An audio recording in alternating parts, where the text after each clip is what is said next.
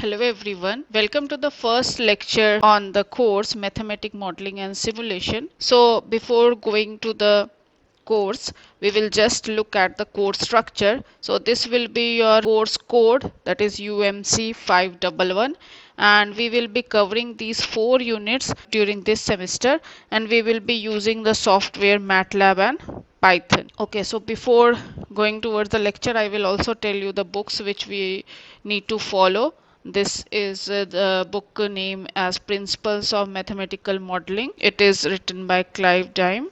And the second book you will follow is an introduction to mathematical model. It is written by Edward Bender. Now we will move on to the first lecture. So this lecture is focused on basics of modeling and its principles. Right, so this is the outline that we will understand that what are mathematical models and what they can do and they cannot do. The second, we will get acquainted with the different types of mathematical models, and we will learn basic principles for building, analyzing, testing and using mathematical models.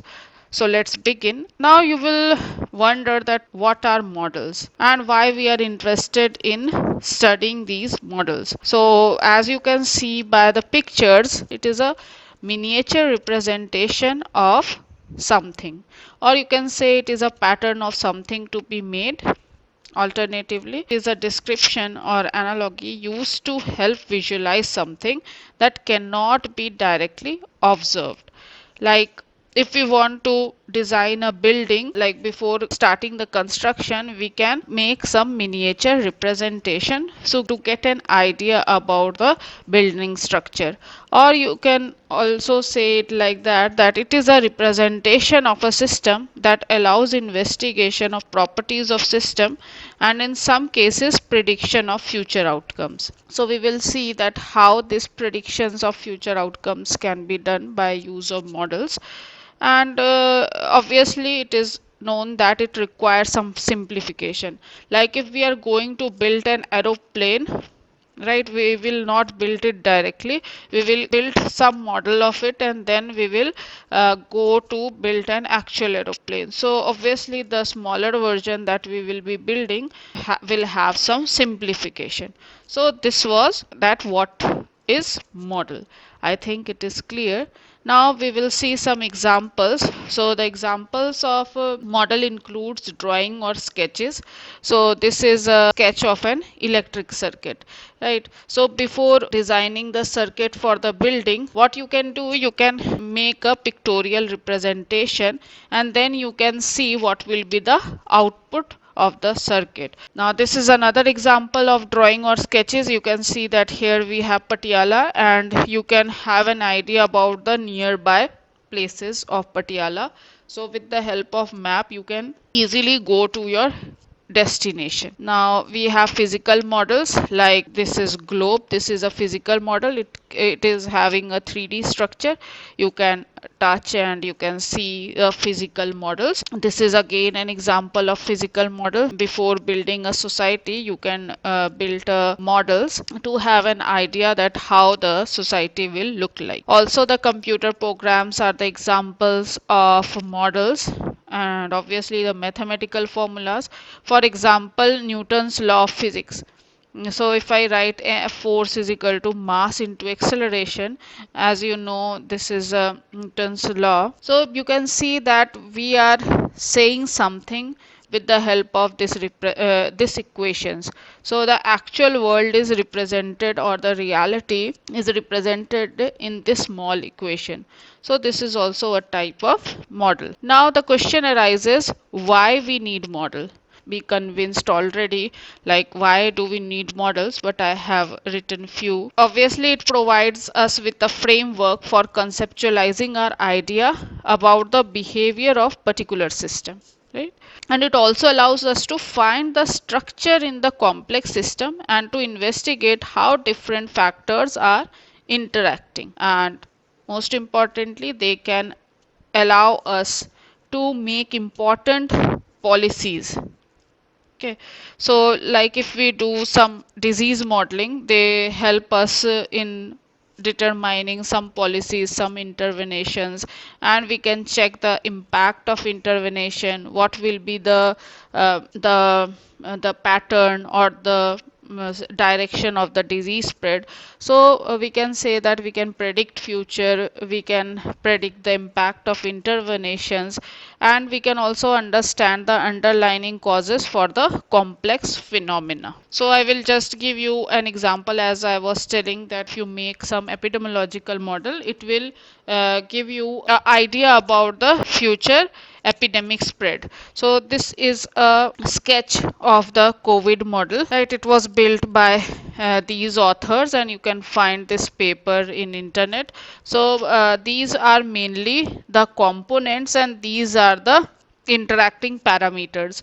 We will see all this in the coming lectures, like how we can make the components and make the diagram of it. Whatever is the problem of reality, what you can do, you can build up the model for that.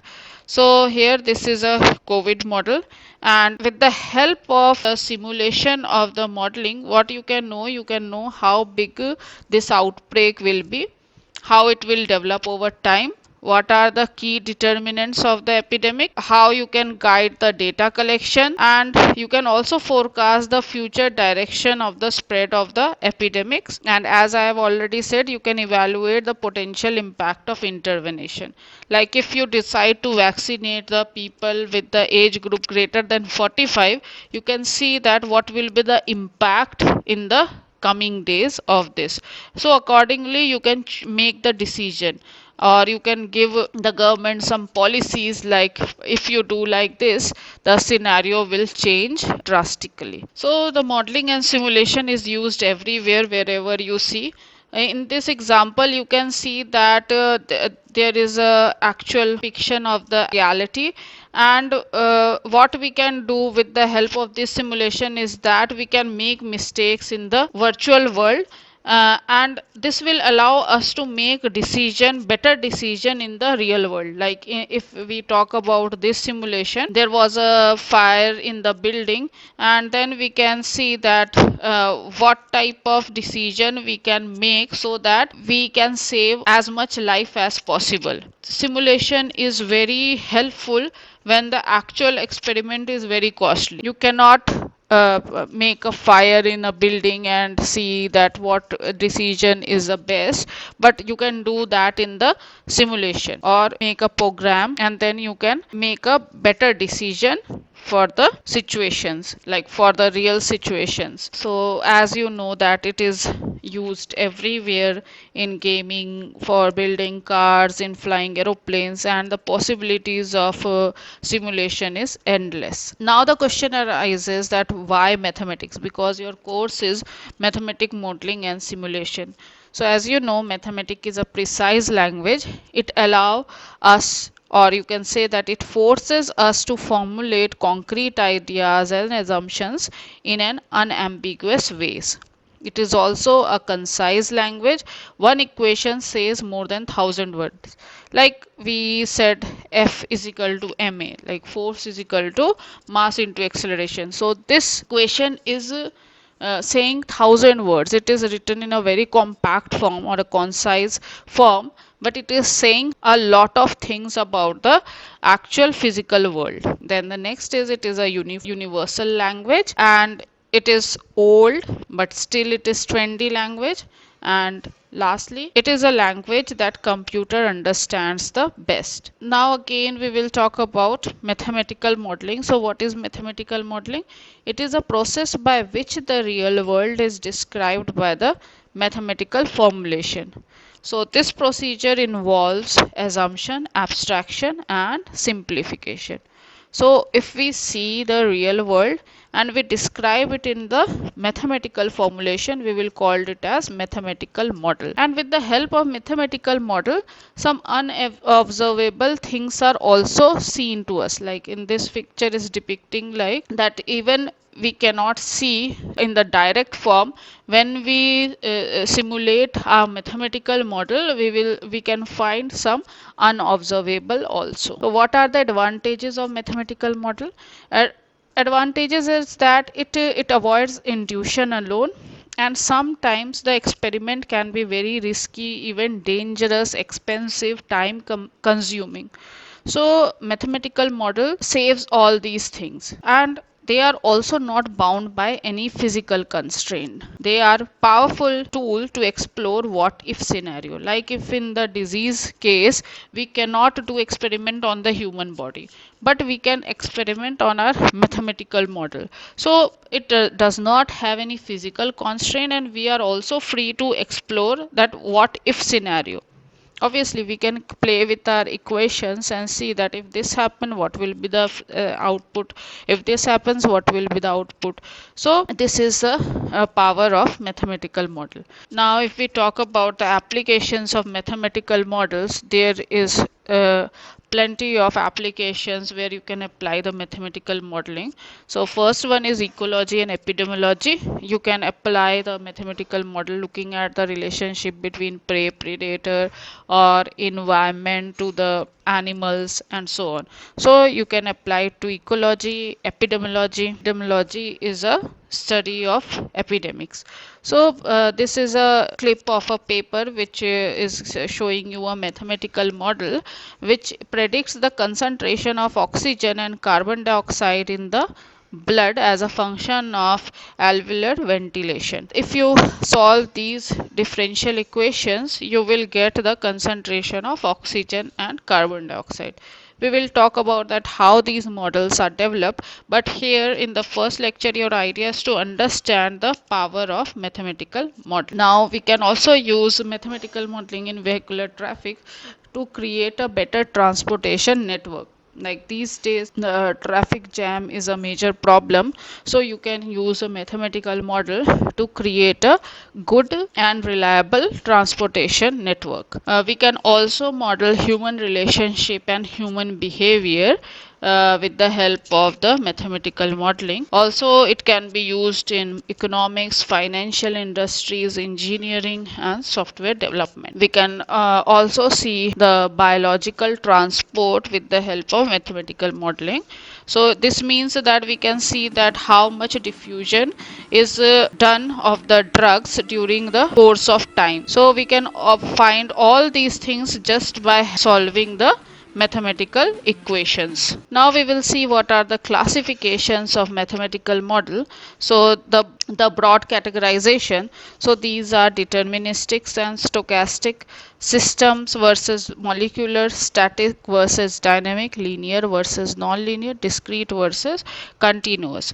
So these are the broad classification. So I am just telling you this to show that you are not restricted to form only one type of mathematical model. There are plenty of options, and you make a mathematical model according to the need. So we will classify all these things in the elaborative way in the coming lectures, but again I will tell you the mathematical modeling is not restricted towards only going in a one way direction, right? You have plenty of option, so you can explore. Now according to the scale we can also do classification. So this is a national level modeling, herd level, individual level, organ level, cell level, molecules and gene. So you will choose the appropriate scale depending on the model objectives. Now mathematical modeling is a principled activity. So we will now see some principles of mathematical modeling. So I have written the stages of mathematical modeling. So the first stage is building up the model. The second one is to generate predictions and analyze. Third stage is to validate. Fourth is to apply. So let us see what does all these stages means. So if we talk about building up the model, so obviously at the first stage what you will do, you will define your model objective and you should be clear about what you want your model to do. And before doing anything you must firstly specify the objectives. The second one is you will determine the appropriate level and the key model components. So you will also determine what level of simplification is required, and you can apply the principle of Occam's razor for this. So what is principle of Occam's razor? it is the when we face two opposing explanations for the same set of evidence, our mind will naturally prefer the explanation that makes the fewest assumptions. So you will follow this principle, and according to this you will choose your assumptions. So the next point is define your assumptions, and obviously that model results will be only valid when your assumptions are valid, and different assumptions can lead to fundamental differences. Like if I say mass is constant and if another one says mass is variable, then different assumption will obviously lead to the some fundamental differences also. And then in this stage only, in building stage, you will produce a flow diagram. So what is the flow diagram? As I have already shown you that it is a visual tool for formulating our beliefs and assumptions. So this is again a COVID model flow diagram. So here you can clearly see that we have the model components and the relationship. It is clearly shown by this diagram only.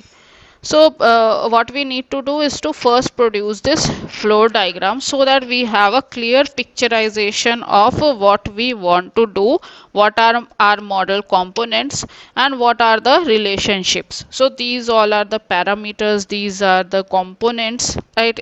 Everything has an explanation, but now just see that what are the steps, like you need to make the flow diagram. Then what you will do after making the flow diagram, you have to make the model, you have to write the model equations. So after doing this, then you will write down the model equation. These are the system of coupled ODEs.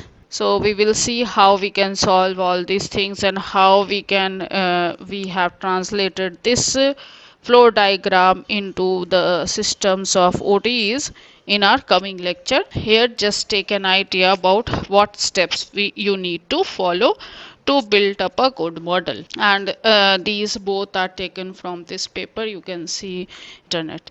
Now the second stage is to generate the model prediction and analyze. So when the model equations are built, the next step is to we need to solve it. So there are two methods of solving it.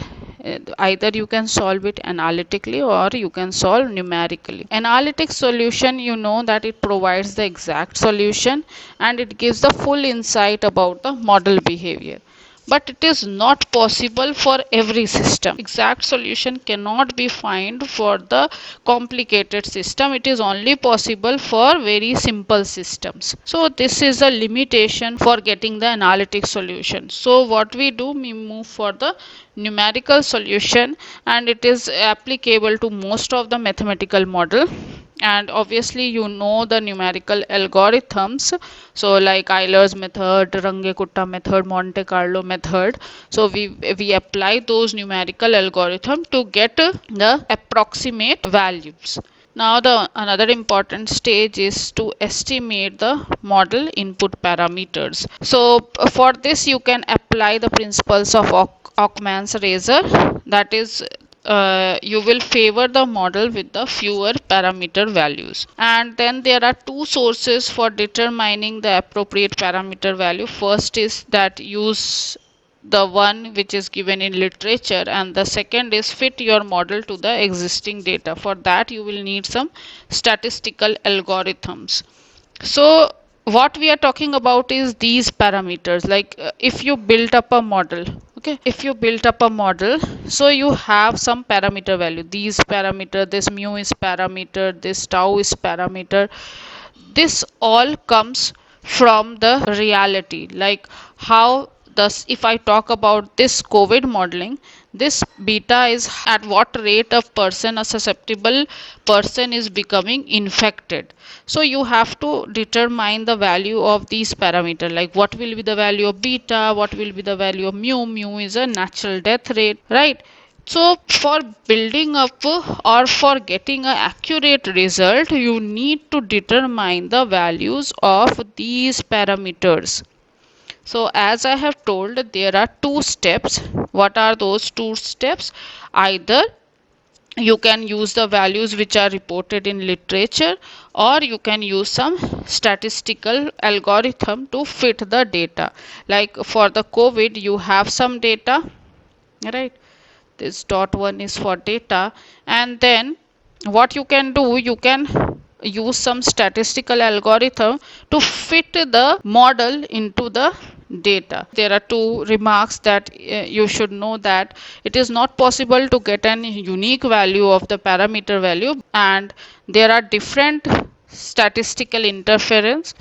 So the right approach depends on the type of the model and the data. So we will see what statistical algorithm we should use to fit the data in the coming lectures. Next, we need to see or to choose the relevant model scenarios and output. So how we can choose? Either we can keep those output which achieves our research objective, and we can keep those extreme scenarios to determine the limitations of the model. So this will generate more ideas. Like if you have generated some model and you determine the limitations of the model, then it will give a chance for the new researcher to think about it. So these are the important criteria for choosing model scenarios and output. Stage 3 is validating the model. Validating means that it involves the comparison of the model predictions to the experimental data. And it is very important to use the independent data to estimate the parameters. Now if you don't have the independent data, then what you can do, you can split the data into the training and validation set. Suppose that you have 100 days of data, right? So what you can do, you can take 50 days for training the data. You can train the data by using 50 days, and keep the remaining 50 days data for model validation. So by this you can create the independent data. Now what if the model predictions are different from observation? Like whatever is your model is predicting is different from what we actually see in the real world.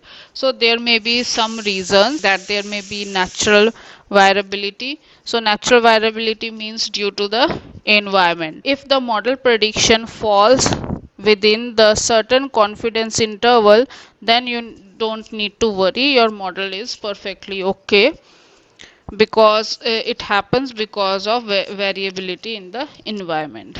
Now next thing what you can do is, you have put the wrong parameter value by using some fitting algorithm, like you estimated the wrong parameter value, or there can be error in the choice of the model equation. So if these things happen, what you have to do, you have to start again. Now the next thing what you might have done is that you might have ignored some important factors. So again what you need to do, that you need to increase the model complexity, and then you need to start again. So this is the step which is required only when your model prediction is not matching the real scenario. Then the last stage is applying the model. So if everything is okay, then you can apply the model to the real life. So this is the summary of whatever I have told just now. So I am not repeating again. This is all the stages. Now what is a good model? So the key attributes of a good model is, it should fit the purpose. It must be simple, but it should be sufficiently complex to adequately represent the real world without obstructing our understanding. And next, it should have balance between accuracy, transparency, and flexibility. For the predictive model, it should be parameterizable from the available data. And you should always keep in mind that no model is perfect, but they have something to give. Now we have talked a lot about the advantages of mathematical model. Obviously there are few limitations. So what are the limitations? A lack of quantifiable knowledge. Like if you talk about the COVID modeling, there are many mechanisms that are unknown to us, right? So it is very important to know or to understand the underlying mechanism to make a good mathematical models. But sometimes there are lack of knowledge, so we cannot build up a good mathematical model. The next limitation is lack of available data. Sometimes we see that we have a problem in our mind, but we don't have data to estimate our parameter values. Like for example, if we talk about the COVID model, we do not know how to, or we do not have the data how to estimate the individual susceptibility and infectivity. Also, to inherent the stochasticity of the system. So it is impossible to incorporate all the randomness in our model. So this is again the limitation. So this was all about lecture 1. Thank you.